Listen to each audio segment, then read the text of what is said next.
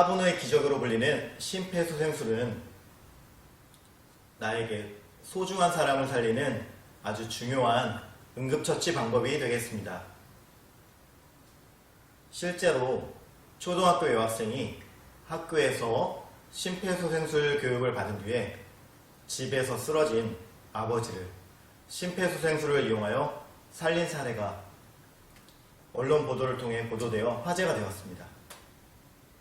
그럼 준비된 영상을 통해 심폐소생술의 중요성에 대해 알아볼까요?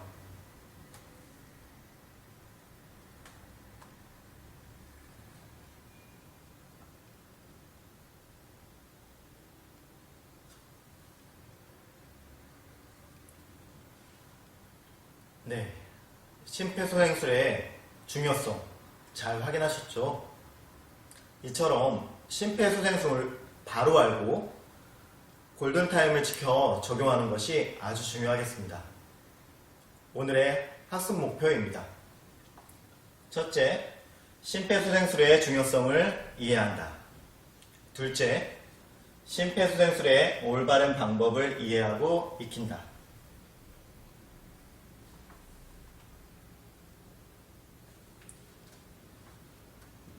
심폐소생술의 단계를 알아보기 전에 기본 개념에 대해 알아보겠습니다.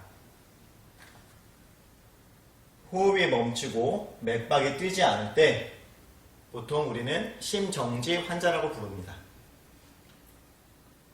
이런 심정지 환자에게 심장을 압박하고 뇌에 산소를 공급하여 사람을 살리는 방법, 생명을 구하는 응급처치 방법이 바로 심폐소생술이 되겠습니다.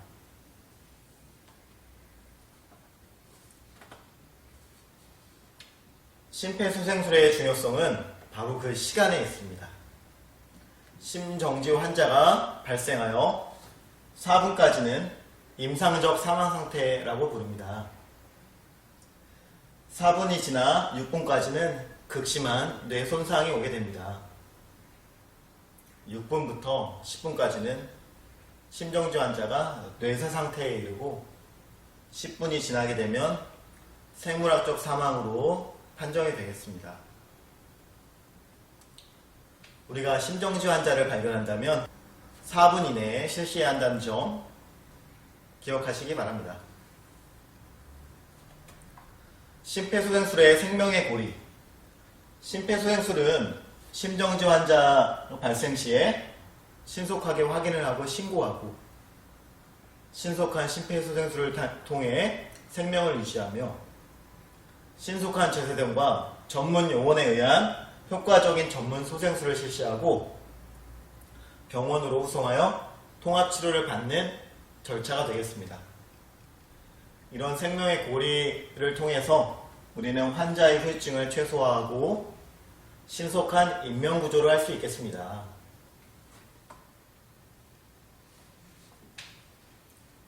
자, 그럼 심폐소생술의 단계를 알아볼까요?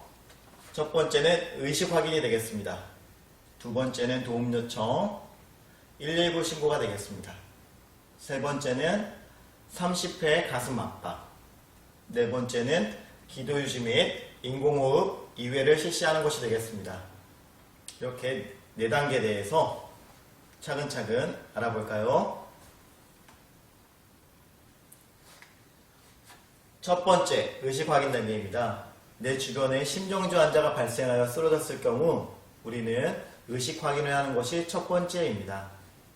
당황하고 놀랄 수 있겠지만 당황하지 않고 어깨를 가볍게 두드리며 이렇게 말합니다. 여보세요? 괜찮으세요? 여보세요? 괜찮으세요? 이렇게 말한 뒤에 응답을 하기를 기대하지 않고 바로 다음 단계로 넘어가는 것이 중요하고요. 이때 주의할 점은 환자를 과도하게 흔들지 말고 어깨를 가볍게 두드리는 것입니다. 강한 힘으로 두드리다 보면 환자에게 2차 피해가 발생할 수 있습니다. 두 번째는 119 신고가 되겠습니다. 내 주변에 아무도 없을 경우에 바로 자신이 119에 신고해야겠습니다. 이때 아주 당황스러울 수 있는데 당황하지 말고 환자의 위치, 그리고 환자의 상태를 정확하게 알려주어야겠습니다. 가장 중요한 것 두 가지 기억하시기 바랍니다.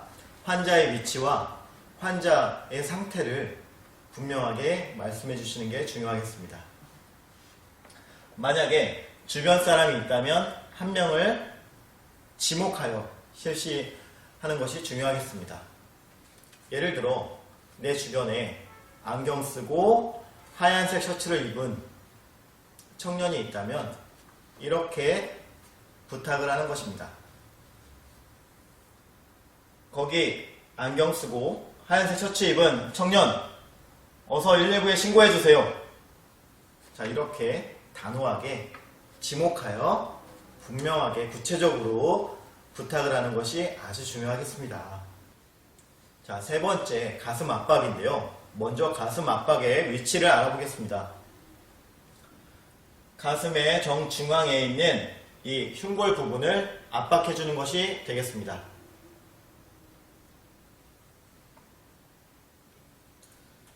가슴 압박의 손 모양은 왼손을 아래에 놓고 오른손을 위로 포개어 견고하게 손 모양을 만들어준 뒤 가슴 압박점을 이용하여 손바닥에 위치시키는 것이 중요하겠습니다. 이때 압박의 깊이는 5cm, 1초에 2회 속도로 눌러주겠습니다. 5, 2죠? 5, 2, 5, 2를 기억해 주시기 바랍니다. 자, 가슴 압박 1초에 2회 속도로 30회를 실시하는데요. 측면 모습과 정면 모습을 잘 보시기 바랍니다. 측면에서 봤을 때는 팔과 손 모양이 L자가 되도록 고정시키시는 것이 중요하고요. 앞에서 봤을 때는 역삼각형 모양을 만들어서 팔꿈치를 펴고 수직으로 압박해 주는 것이 중요하겠습니다.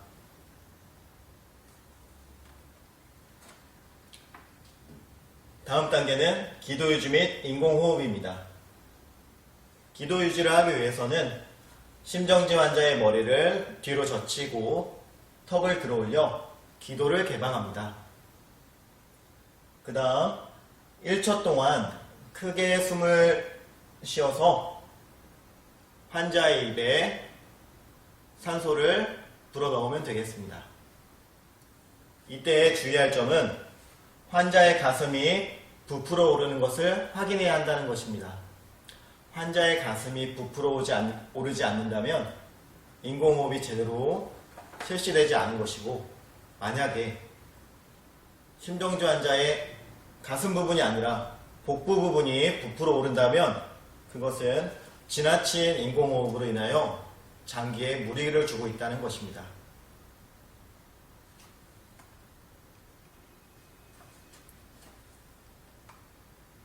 자, 그럼 오늘 배운 심폐소생술의 단계에 대해서 정리해 보도록 하겠습니다.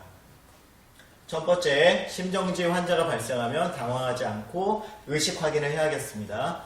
어깨를 살짝 가볍게 두드리며 여보세요? 괜찮으세요? 라고 질문한 뒤에 반응이 없으면 도움 요청을 하겠습니다. 119에 신고하며 내 주변에 도와줄 사람이 있다면 구체적으로 지명해서 부탁을 하는 것 잊지 않으시기 바랍니다. 다음으로는 가슴 압박이 되겠습니다.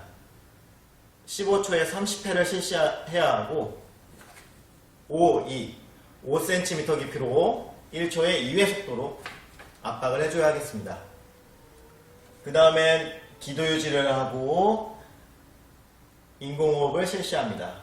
1초에 2회 속도로 가슴을 보면서 가슴이 부풀어 오르는 것을 눈으로 확인하면서 인공호흡을 해주시면 되겠습니다.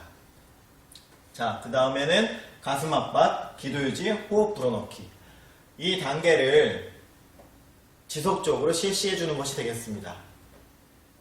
전문 구조 요원이 올 때까지 또는 제세동기가 와서 제세동을 실시하기까지 이런 심폐소생술의 연결고리를 우리가 계속해서 실시하는 것이 중요하겠습니다.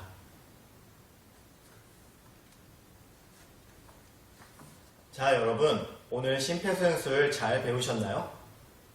퀴즈를 통해 여러분이 알고 있는 심폐소생술을 확인해 보도록 하겠습니다.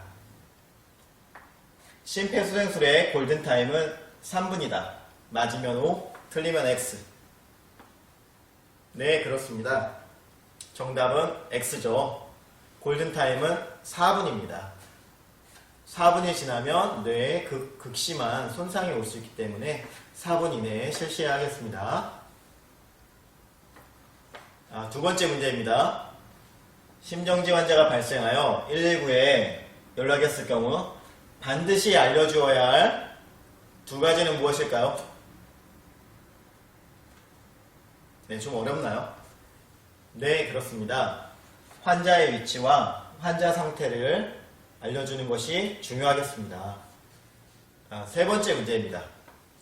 심폐소생술 단계별 명칭으로 옳은 것은? 첫 번째, 두 번째, 세 번째, 네 번째에 대한 보기가 있습니다. 1번 도움요청, 2번 의식확인, 3번 심폐소생술 실패, 4번 인공호흡 이외. 네, 이건 너무 쉬운 문제죠? 네, 정답은 4번이 되겠습니다. 첫 번째는 의식확인 단계고요. 두 번째는 도움요청, 세 번째는 가슴 아파, 30회가 되겠죠? 네 번째는 인공호흡 이외가 되겠습니다.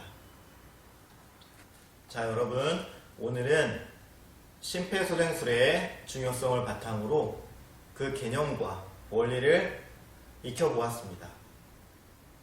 우리 주변에서 일어날 수 있는 심정지 환자에 대한 응급처치 방법으로 심폐소생술을 익혀 우리에게 소중한 사람과 인명구조를 할 수 있는 여러분이 될 것을 믿습니다.